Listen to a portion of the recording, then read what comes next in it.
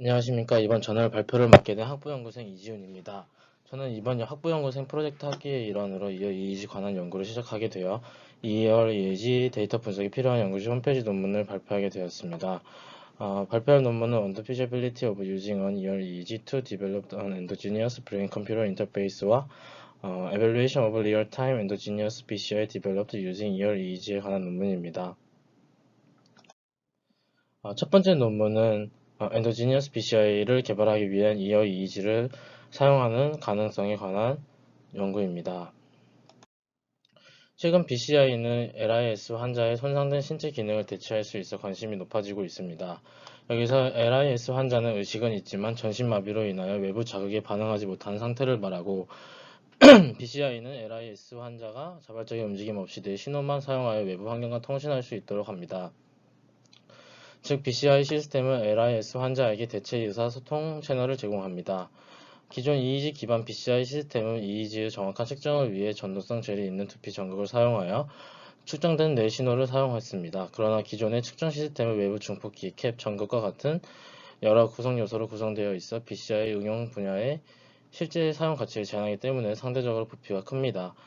반면 이어 EEG는 몇 분 안에 설정될 수 있고 연속적으로 사용할 수 있다는 것이 입증되었습니다. 이어 EEG는 두피 뇌파보다 잡음의 영향이 작은 대신 신호 진폭이 작은 특성이 있습니다. 측정 타입에는 인이어 타입과 어라운드 이어 타입이 있습니다. 인이어 타입은 귀 내부에 이어폰처럼 장착하고 두피 EEG보다 눈 깜빡임에 대한 영향은 적으나 턱 움직임과 ECG에 대한 영향은 크다고 보고되고 있습니다. 어라운드 이어 타입은 귀 뒤 딱딱한 뼈의 마스토이드 본에 장착하고 인이어 타입보다 특정 전극수가 일반적으로 많습니다. 외부 자극의 사용 여부에 따라 EEG 기반 BCI 시스템을 개발하는 두 가지 접근 방식이 있습니다. 첫 번째는 외부 자극을 사용하는 외인성 BCI 시스템으로 외부 자극에 의해 유발되는 누런 활동을 의존합니다. 이러한 자극에는 SSVP, ERP가 포함됩니다. 외인성 BCI 시스템은 제어 시스템을 설정하기 쉽기 때문에 인텐시브 트레이닝이 필요하지 않습니다. 반대로 내인성 시스템은 외부 자극에 의존하지 않습니다. 주로 뇌 리듬 및 다른 포텐셜을 기반으로 합니다. 이어 이의지를 기반으로 하는 대부분의 이전 BCI 연구는 상대적으로 높은 SNR로 인해 외부 자극과 함께 외인성 패러다임을 사용했습니다. 그러나 외인성 BCI 패러다임에서 사용되는 외부 자극의 반복적 제시는 사용자 피로를 유발할 수 있으며 시각적, 청각적, 촉각적 외부 자극을 제어하기 위해 추가 하드웨어가 필요합니다. 이 연구의 목적은 내인성 BCI 시스템을 개발하기 위한 이어 이의지의 타당성을 입증하는 것이었습니다. 이를 위해 피험자들의 암산 및 가벼운 인지과제를 수행하는 동안 귀 주변과 두피에서 EEG를 측정했고 유도된 ERS 대비 ERD 패턴과 분류 정확도를 비교했습니다. 피실험자는 18명의 건강한 21세부터 31세 남성 10명, 여성 18명이며 실험 결과에 영향을 미칠 수 있는 3명을 제외하고 15명을 대상으로 실시했습니다. 대상자는 약 1m 떨어진 모니터 앞에 위치하고 바이노럴 오디오 시스템은 모니터 양쪽에 설치되었으며 실험 중 피험자에게 청각 신호를 제공하였습니다. 두피 EEG는 텐튜닝 시스템에 따라 부피에 부착된 25개의 전극을 사용하여 측정하고 이어 EEG 데이터는 귀 뒤 부착된 6개의 전극을 사용하여 측정하였습니다. 샘플링 레이트는 1000Hz, 임피던스는 10kΩ 이하로 유지하였습니다. 본 실험에 앞서 피험자가 아이 클로즈, 아이 오픈을 각각 30초씩 6회 반복했을 때 뇌파를 측정하였습니다. 눈을 떴을 때 보다 감았을 때 알파 파워가 크게 증가한다고 잘 알려진 신경 생리학적 현상을 확인하여 이어 EEG 사용의 타당성을 확인하기 위한 예비 실험입니다. 주요 실험은 EEG 기반 BCI 연구에서 널리 사용되는 두 가지 인지과제인 MA와 LC입니다. MA는 피험자들이 세 자리 숫자에서 한 자리 숫자를 순차적으로 가능한 빨리 빼는 것입니다. 반면 LC는 발성 없이 1Hz에서 A에서 Z까지의 영어 글자를 상상하는 것입니다. LC 과제는 가벼운 인지 부하를 안정적이고 일정한 수준으로 유지하도록 설계되었으며 이는 피험자가 기존의 휴식 상태에서 낮은 부하 상태를 방해할 수 있는 무언가를 무작위로 생각하는 경향이 있기 때문에 도입했습니다. 주요 실험에 사용된 한 세션의 실험 패러다임은 다음과 같습니다. 5초의 제시 과제, 10초의 과제 실행, 10초에서 15초의 휴식으로 구성되어 있습니다. MA와 LC는 모두 각 세션에서 10회 수행되며 5개의 세션이므로 총 50MA, 50LC를 완료하게 됩니다. EEG 데이터는 EEG 램 및 BBCI 도구 상자를 사용하여 분석하였습니다. EEG 데이터는 버터월스 필터를 사용하여 1에서 50Hz 사이에서 밴드패스 필터링하였고 다양한 뇌 영역의 신경 특성과 분류 성능을 비교하기 위해 뇌 영역을 전두엽, 중추, 후두엽, 귀 영역을 4가지 관심 영역으로 나누었습니다. 3개의 두피 ROI는 각각 6개의 전극이 있는 커먼 어버러지 리퍼런스 방법을 사용하여 독립적으로 참조되었으며 귀 영역은 반대쪽 귀 영역에 부착된 3개의 전극의 평균이 사용된 Modified Common Average Reference 방법을 사용하였습니다. 여기서 컬 방법은 상당수의 채널에서 평균치를 기준점으로 삼는 방법을 말합니다. 이렇게 하면 채널 중 하나에서 에러가 발생한다고 하더라도 채널의 개수만큼 그 크기가 낮아져서 특별한 영향을 주지 못하고 에러에 더 잘 대응할 수 있다고 합니다. 알파 대역을 포함하는 5에서 15Hz 주파수 대역의 스펙트럼 파워를 사용하여 EC와 EO 조건 간의 알파 파워 변화를 조사하였습니다. 본 실험에서 MA와 LC 동안 추정된 EEG 데이터는 ERD, ERS 분석을 수행하였습니다. 여기서 ERD, ERS에 관한 설명을 하자면 뇌파는 운동 상태에 따라 진폭이 감소하는 ERD 현상과 진폭이 증가하는 ERS 현상을 보이는데 ERD 현상은 복잡한 일을 수행하는 경우에 증가하고 ERS 현상은 주위의 자극을 차단하는 억제 효과를 가진다고 합니다. 운동 동작을 배우는 단계에서는 ERD 현상이 증가하지만 습득되고 자동화되는 단계에서는 ERD 현상이 감소합니다. 또한 ERD, ERS를 별도로 분석하는 것도 의미가 있지만 ERS 대비 ERD를 분석하는 것도 뇌의 상태를 분석하는 데 매우 중요하다고 합니다. MA 및 LC 동안 유도된 ERD, ERS 패턴을 각 채널에 대해 계산하고 각 ROI에 포함된 6개 채널에 대해 평균을 구합니다. 즉, 각 ROI에 대해 MA 및 LC 분류를 수행합니다.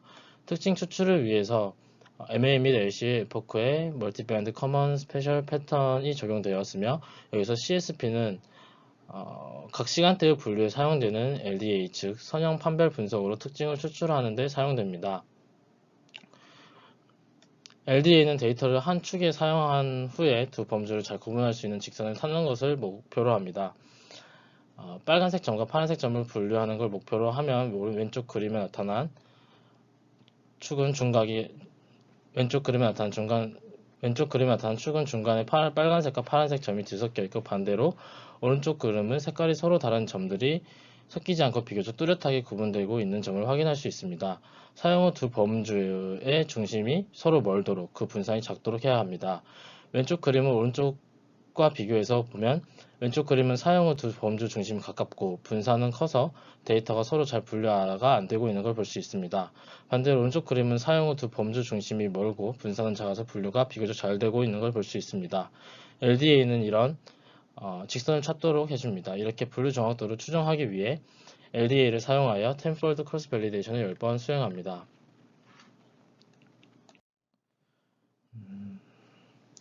(5에서 15Hz) 주파수 대역에서 두피 및 이어 EEG 평균 시간 주파수 맵입니다.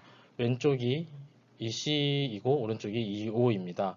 후두부 영역을 봤을 때 10Hz 주변에서 EO보다 EC에서 알파 파워의 더 큰 증가를 볼 수 있습니다. 이어 EEG 대에서도 유사한 패턴이 표시되며 이는 후두엽 가까이 위치한 이어 EEG가 주로 EC 동안 알파 파워 증가를 나타내는 사실을 보여줍니다.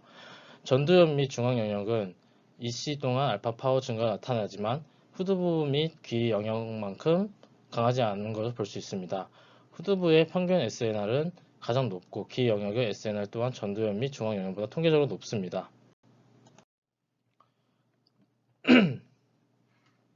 왼쪽은 MA 동안 모든 전국의 총평균 ERD, ERS 맵입니다. 여기서 ERD는 파란색, ERS는 빨간색으로 표시되어 있습니다. 대부분의 전극의 10Hz 부근의 알파 대역에서 두드러진 ERS가 관찰되는 반면 베타 및 감마 대역에서 넓은 ERD가 관찰되었습니다. ERD는 전두 중앙 영역보다 후두 귀 영역에서 더 강하고 ERD 경우 반대 경향이 관찰되었습니다. 오른쪽은 LC 동안 모든 전극의 총평균 ERD, ERS 맵입니다. MA 동안 유도된 패턴과 비교하여 뚜렷한 ERD, ERS 패턴은 없고 내추럴 알파 오실레이션은 정수리, 후두부 및 귀 주변에서 눈에 띄게 관찰되지만 MA 동안 유도된 알파 ERS만큼 강하지 않습니다. 다음은 MA와 AC 동안의 총 평균 ERD, ERS 패턴 맵과 4개의 ROI에 대한 MA와 AC 간의 차이입니다. 키 영역의 ERD, ERS 패턴은 키 영역의 ERD, ERS 패턴은 키 영역의 인접한 중앙 및 후두부 영역의 패턴과 매우 유사하며 이어 이의지를 사용하여 내인성 BCI 개발 가능성을 볼 수 있습니다. 다음은 각 ROI의 전극 위치와 평균 분류 정확도입니다. 후두부의 분류 정확도는 다른 ROI보다 높지만 4개의 ROI 간의 통계적 유의한 차이는 없습니다.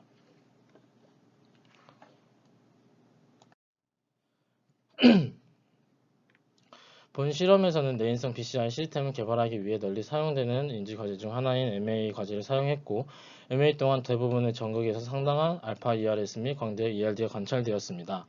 가장 중요한 것은 MA 동안 이어 EEG에 대해서도 유사한 ERD, ERS 패턴이 나타났다는 것입니다. 또한 키 영역의 ERD, ERS 패턴 맵은 전두엽 영역보다 중심 후두 영역의 패턴 맵과 더욱 유사했으며, 이는 전두엽 EEG보다 귀 후두부 뇌파를 더 예측할 수 있음을 보여줍니다.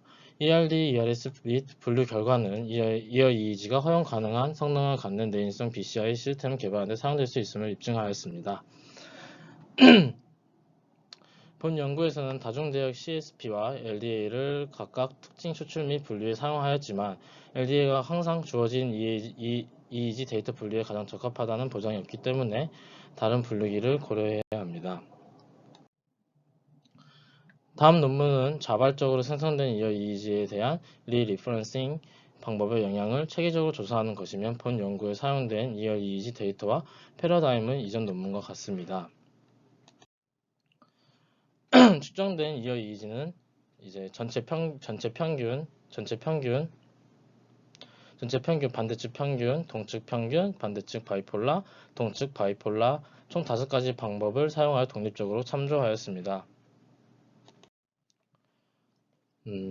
5가지 리퍼런스 방법에 대한 EC, EO의 평균 시간 주파수 맵입니다. 첫 번째 평균은 첫 번째 열에 표시되고 각 방법의 리퍼런스 채널에 대한 맵은 두 번째 열부터 오른쪽에 표시합니다. X축의 왼쪽은 EC, 오른쪽은 EO입니다. 알파 활동의 상당한 증가는 모든 리퍼런싱 방법에 대해 관찰됩니다. 반대측 평균 방법은 일반적으로 EC 동안 알파 파워의 더 강한 증가를 나타내며 L1 또는 R1을 사용하여 생성된 반대측 바이폴라 채널도 다른 채널에 비해 더 강한 알파 액티비티를 나타냅니다. 반대측 바이폴라에서 8Hz 이하의 낮은 주파수에서 EC, EO 모두에서 상대적으로 더 강한 파워가 관찰된다는 점과 개별 리퍼런싱 채널 관점에서 L1 및 R1은 다른 채널에 비해 EC 동안 알파 변주에 더 민감하다는 걸 볼 수 있습니다.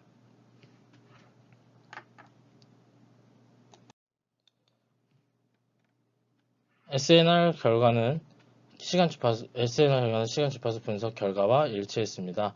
반대측 평균 방법의 평균 SNR은 다른 방법보다 통계적으로 높습니다. 또한 비결 B, C, D를 봤을 때 L1과 R1은 세 가지 평균 리퍼런스 방법에 대해 대부분의 경우 다른 채널보다 통계적으로 더 높은 SNR을 보여주고 L1 또는 R1을 사용하여 생성된 바이폴라 채널의 SNR도 다른 바이폴라 채널보다 상당히 높은 SNR을 나타냅니다. 다음 비교는 5가지 리퍼런싱에 대한 MA, MS, MA-MS의 ERD, ERS 맵을 보여줍니다. 일반적으로 지배적인 ERS는 세타 및 알파 대역 주변에서 MA 동안 관찰되고 반대측 바이폴라 방법은 MA 동안 비교적 고주파 대역에서 넓은 ERD를 보여줍니다. 반면 리퍼런싱 방법과 관계없이 MS 동안 약화됩니다. ERD, ERS 차이 맵은 모든 리퍼런싱 방법에 대해 세타 및 알파 대역 주위에 상당한 ERS를 표시할 뿐만 아니라 반대측 바이폴라 방법에 대한 20Hz 이상의 ERD를 보여줍니다. 알파 모듈레이션 태스크의 SNR 결과와 유사하게 반대측 평균 메서드가 반대측 바이폴라 메서드를 제외하고는 다른 방법보다 통계적으로 가장 높은 SNR을 나타냅니다. 그 외 세 가지 참조 방법이 전체 평균, 동측 평균 및 동측 바이폴라 방법 내에서 유사한 평균 SNR을 나타내며 각 방법 내에서 채널 간의 통계적 차이가 발견되지 않았습니다. 반대측 평균에서 오른쪽 기 채널은 왼쪽 기 채널보다 유리하게 더 높은 평균 SNR을 보여줍니다. 또한 반대측 평균과 바이폴라는 두 가지 정신 작업 분류에서 더 높은 성능을 보였습니다. 반면 칼을 모사한 올민 방법은 SNR과 분류 성능 모두 뚜렷한 성능을 나타내지 않았습니다. 이지는 기준 전극에 대한 기록 전극의 위치에서 측정되기 때문에 해당 기준 전극에서 측정된 정기적 뇌 활동의 영향을 받습니다. 따라서 뇌 활동의 영향을 완화하기 위해 리프런싱 절차가 종종 필요합니다. 이 연구에서는 다양한 리프런싱 방법이 이어 EEG에 미치는 영향을 체계적으로 조사하기 위해 이전 이어 EEG 연구에서 독립적으로 사용된 5가지 리프런싱 방법을 테스트했습니다. 모든 전량적 결과는 반대측 평균 방법이 알파 변조 및 정신적 작업을 기반으로 하는 두 가지 네인선 패러다임에서 자발적으로 생성된 이어 EEG를 리프런싱 하는데 가장 효율적임을 보여주었습니다. 일반적으로 동측으로 다시 참조된 것보다 더 높은 진폭을 나타냈으면 이는 총평균 및 개별 채널에서도 분명히 관찰되었습니다. 저는 논문을 바탕으로 이어 EEG 데이터 분석을 공부하고 있으며 귀 근처에서 측정할 수 있는 신경 신호를 활용한 응용을 개발하는 연구를 진행할 예정입니다. 이것으로 발표를 마치도록 하겠습니다. 감사합니다.